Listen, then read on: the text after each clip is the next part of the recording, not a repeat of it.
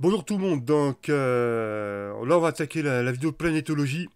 Alors, mais avant, on va continuer le petit monologue sur moi-même pendant un petit peu de temps, parce que j'ai oublié de dire un truc. J'ai dit que je voulais reprendre que j'aimerais bien, parmi les options, reprendre des cours sur Paris. Alors certains vont dire, oui mais pourquoi tu prendrais pas les cours à Dijon? Alors, et évidemment, ça peut être aussi une solution, prendre des cours à Dijon. Par exemple au conservatoire, c'est possible, hein. Euh, donc effectivement, oui, je peux prendre des cours de Dijon, sauf que n'oubliez pas que j'habite Châtillon-sur-Seine. N'oubliez pas que j'ai pas de permis. Et il y a juste un petit problème, c'est que les cours c'est de 18h à 21h. Et il n'y a plus de bus. C'est-à-dire que à 21h, il n'y a plus rien. Donc qu'est-ce que je vais faire à Dijon entre 21h et le prochain bus qui est à 5h du matin? Donc, soit je galère toute la nuit, je l'ai déjà fait, hein. J'ai déjà fait 2 ou 3 fois, je peux vous dire que c'est très chiant. Soit je galère toute la nuit, et je rentre complètement crevé le lendemain, et puis sachant que le lendemain, je peux avoir un entraînement, je peux travailler, enfin voilà, comment je fais, quoi. Ou soit je paye un hôtel. Un hôtel, si c'est 60 balles, 70 balles la nuit, vous voyez que ça va pas durer longtemps, mon truc, hein. Et- alors évidemment, évidemment, Dijon, c'est moins cher. Dijon, voilà, voilà, c'est ça le problème, c'est que c'est des cours de 18 à 21 heures, hein. Alors, il y a certains cours à Paris, c'est pareil, c'est des cours du soir, parce que forcément, vu que c'est destiné à des personnes qui sont censées travailler. Or, les gens, ils sont libres quand? Bah, à 18h, hein. La personne, en fait, la personne quitte son travail, 17h30, et va au cours de théâtre. Donc, il y a pas de cours, genre 8h du matin, de 8 à 11h. Sinon, problème résolu, hein.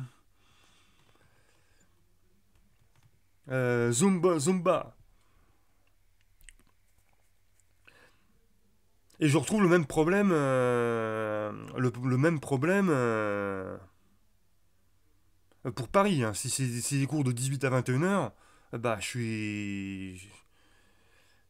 Parce qu'après je peux prendre le bus. Enfin, je peux prendre le train. Mais à Paris, la nuance près, c'est que je peux transiter par chez mon frère. Je peux transiter par là. À Dijon, je peux transiter nulle part, quoi. Dijon, c'est Dijon.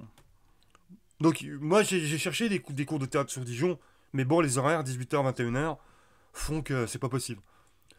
Ou alors, il faut que je trouve un mec qui habite Châtillon-sur-Seine et qui va au cours. Mais je peux vous garantir qu'il n'y en a pas beaucoup qui font du théâtre. Ça va peut-être être un groupe de 20 personnes, et je suis quasiment sûr qu'il n'y en a aucun qui sera de Châtillon. Parce que ça peut être ça la solution, c'est ah, toi aussi t'habites Châtillon, mais je peux t'emmener. Mais s'il n'y a aucun de Châtillon, bah. Ouais. Et évidemment, si quelqu'un de Châtillon qui m'emmène, je lui paye la moitié de l'essence, tout ça. Mais si t'as personne. Voilà. Le bus, c'est bien pour, par exemple, pour aller à la fac, des trucs comme ça, ou pour faire une formation. Et encore, il faut que la formation alors j'avais aussi pensé à travailler à Dijon, mais malheureusement, comme on choisit jamais ses heures de travail, il faut que je puisse trouver un boulot. C'est pour ça que j'avais pensé à la restauration, justement. bah, qu'on puisse, ou que le boulot ne commence pas à 8 heures du matin. Parce que comment je fais pour aller au boulot à 8 heures, moi, si je dois partir de Châtillon? Moi, à Châtillon, j'ai fait l'essai, hein, on arrive à peu près à... On peut, en se levant à 6 heures du matin, on peut arriver à 8 heures. Mais si t'as un boulot qui commence à 7h30, bah, niqué. En fait, il faut un boulot qui commence à 9 heures du matin. Et après, il faut que je puisse revenir à Châtillon, hein. Donc, quand il n'y a plus de bus, quand il n'y a plus de bus, bah, t'es comme un con. Ou alors, il faut avoir une voiture, le permis.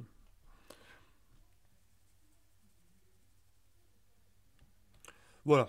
Donc, j'y ai pensé, Dijon. Et après, l'autre problème de Dijon, euh, c'est qu'il s'agit d'un cours de théâtre pour tout public. Or, moi, je vais prendre des cours de théâtre plutôt professionnels, hein. Et il y a une grosse différence entre les deux, hein, que je vous dirai pas. Enfin, si je peux vous dire. Euh, comment vous sortir ça? Alors, les deux ne sont pas simples, hein. Parce que j'ai fait les deux, hein. Euh, Parce qu'il y a toujours le stress de mal faire, hein. Même que ce soit amateur ou semi-professionnel, il y a toujours. L'amateur, ça va être par exemple. Oh, je t'aime, mon amour. Voilà, ça c'est l'amateur. Oh, je t'aime, tu es ma femme de ma vie. Ça, c'est ce qu'il faut surtout pas faire. Faut faire rire les gens, hein. Ça, ouais, c'est surjoué. Ce qu'on appelle le surjeu. Alors que quand c'est semi-professionnel ou professionnel, euh, ça sera plutôt. Bon, je vais pas le faire parce que je suis pas un séducteur, mais ce sera plutôt un truc dans le genre je t'aime. Un petit peu un truc plus soft. Euh, je t'aime. Voilà, ce sera un truc plus. Ce sera pas oh je t'aime mon amour. À part si t'es dans un film comique et que tu veux faire un truc original, quoi. Et encore, je suis pas sûr que tu feras un truc comme ça, hein. Pensez à la scène où un mec arrive à cheval pour déclarer sa flamme. Mais c'est pas surjoué, hein. C'est rigolo, c'est très original. Mais c'est pas le truc, oh je t'aime, avec évidemment la main sur le cœur pour montrer qu'on est amoureux. C'est ce qu'on appelle et en amateur, c'est beaucoup ça, quoi. C'est. Même ça, faire. Quand il y a un texte à sortir par cœur devant un public, même si c'est un truc complètement surjoué, c'est pas évident à faire, hein. J'ai pas dit. Mais ça, il y a une prof de théâtre, celle où je prenais mes cours, qui disait qu'il fallait éviter ce genre de truc amateur euh, pour tout public. Enfin, en fait, parce que ça, c'est des cours de théâtre qui sont faits pour des gens qui sortent du travail, qui veulent pas en faire leur métier, qui sortent du travail. Alors c'est valable, hein, c'est très valable, hein. C'est qui sortent du boulot et qui veulent se changer les esprits. Et généralement, ceux qui font ce genre de travail-là, c'est rarement des maçons, c'est rarement des gars qui travaillent dans les vignes, hein. Enfin, moi, je n'en ai pas vu, hein. Si, j'ai vu un routier, mais c'est rarement des mecs qui font des boulots manuels, hein. Que ce soit en amateur ou en semi-professionnel ou professionnel, hein. Comme par exemple les cours Florent, hein. Compare le petit cours de théâtre. Et il y a aussi des cours de théâtre à Châtillon-sur-Seine, hein. Mais après, il faut faire la comparaison, hein. Ça, c'est pas le même public. Et généralement, quand c'est des théâtres locaux, bon, comme Châtillon-sur-Seine, parce que ils auront tendance à sélectionner le fils à papa, enfin ah, c'est Monsieur Untel. C'est, du coup, j'ai l'impression qu'il y aurait plus de discrimination dans des cours de théâtre à Châtillon-sur-Seine, ou peut-être même Dijon, qu'à Paris, hein. Parce qu'à Paris, personne ne me connaît. Un peu. Après, c'est vrai qu'on peut jouer sur ma tenue vestimentaire. Ouais. C'est vrai on peut juger sur ça. Alors que Châtillon, tout le monde se connaît. On sait que qu'un tel, le fils, je sais pas, le fils d'une d'une célébrité locale. C'est un peu comme si je prenais les cours, je sais pas, de théâtre à Ville-sur-Ars. Euh, à la fin, je sais déjà qui ferait le spectacle de fin d'année, hein. Bon, ce serait le fils de monsieur. Enfin, je dis conneries, mais ça serait, je sais pas.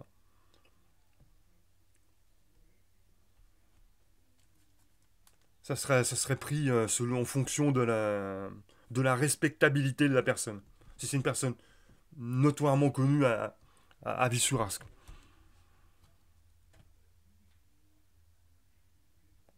L'avantage d'être à Dijon ou à Paris, c'est que personne ne me connaît. Donc on peut. Après, on peut me juger, évidemment, parce que. Mais il y aura moins le jugement de valeur, comment dire, il n'y aura pas de préjugement, sauf sur ma tenue vestimentaire, mais ça sera que ça, quoi.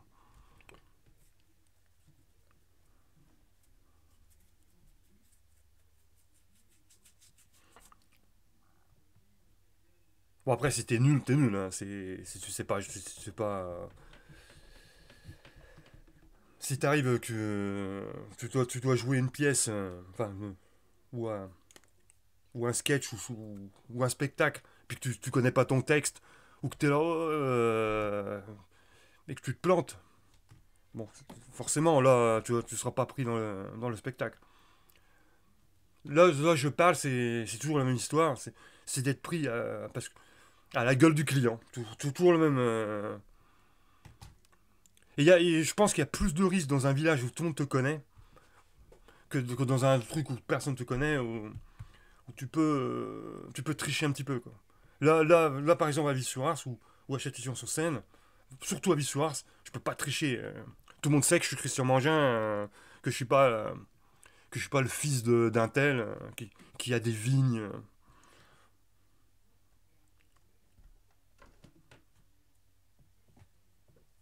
Bah.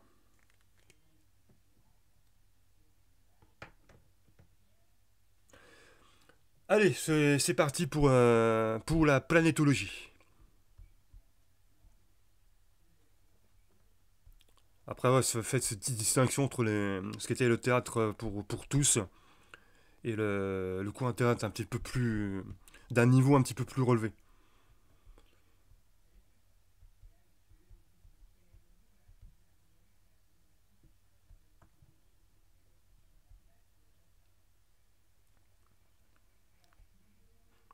Mais quand j'allais au mes cours de théâtre, je faisais un peu gaffe à ma façon de m'habiller. Alors, c'était peut-être pas parfait, mais je faisais beaucoup plus attention.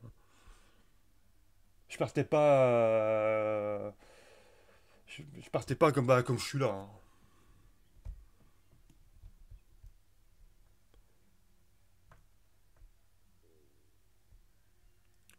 Alors, mais j'avais de l'argent pour payer les habits. Alors, la planétologie. Donc, la planétologie est la science de l'étude des planètes. Cette discipline recouvre de nombreuses branches de la science. Son domaine d'étude s'étend des grains microscopiques jusqu'aux planètes géantes gazeuses. Alors, la recherche se fait généralement en combinant les observations faites depuis le sol à l'aide de télescopes, celles effectuées par des engins spatiaux, ainsi que des travaux expérimentaux ou théoriques faits sur Terre. La planétologie partage beaucoup de sujets d'intérêt et d'outils méthodologiques avec les sciences de la Terre, qui d'une certaine manière font elle-même partie intégrante de la planétologie. Alors, la planétologie comparée est la science comparant les caractéristiques des différentes planètes. Elle regroupe de multiples sous-disciplines telles que la géochimie, la magnéto-hydrodynamique, la géologie, etc. Un de ses principaux objectifs est de comparer la Terre aux autres planètes telluriques comme Mars et Vénus en s'intéressant au processus de différenciation, à l'évolution tectonique et géodynamique, à l'origine et à l'évolution des éléments volatiles et des atmosphères. D'un point de vue purement sémantique, lorsque la discipline se concentre sur un corps céleste en particulier, un terme spécialisé peut être utilisé, comme l'indique le tableau qui est sous les yeux, bien qu'en pratique seule géologie soit réellement usitée. Donc par exemple, si on veut parler de la Terre, on dira la géologie. Si on parlait de la planète Jupiter, on parlera de zénologie. Si on parlait d'Uranus, on parle d'uranologie. Voilà.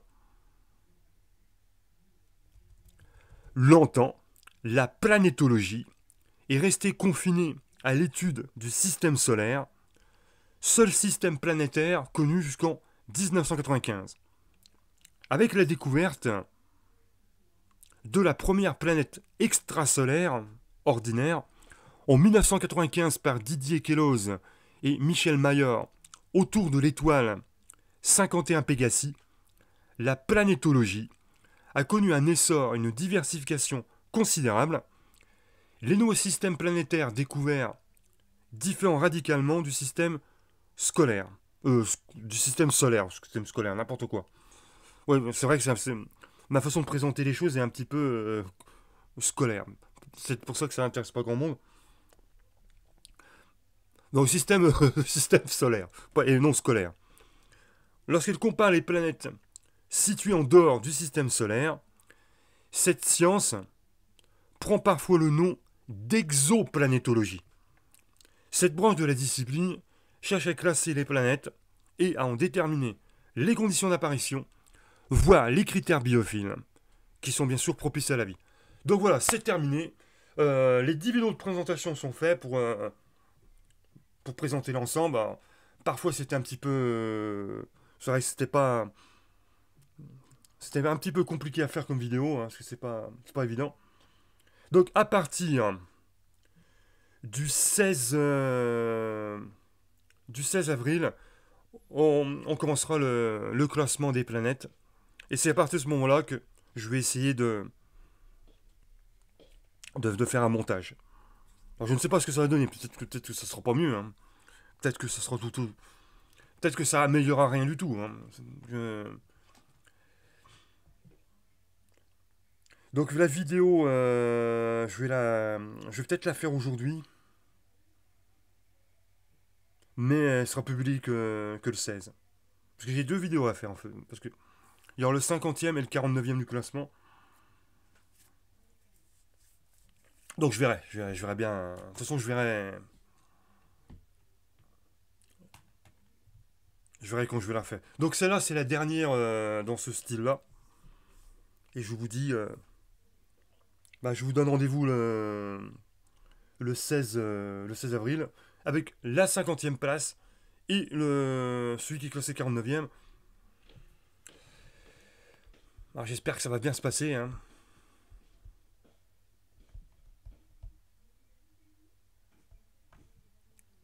Ok, finalement, ça aurait été une vidéo qui aura duré 20 minutes.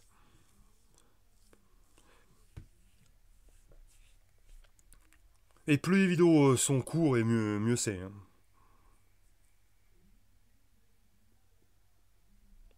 Allez, bye bye, on se retrouve 16 avec le numéro, le 50e du top 50 et 49e place. Ouais.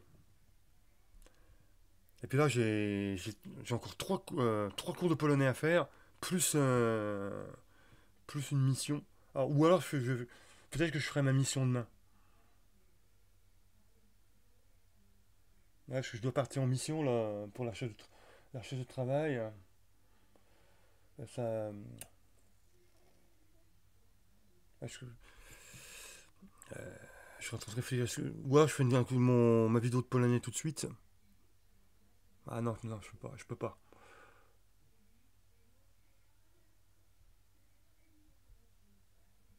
Ouais, ciao.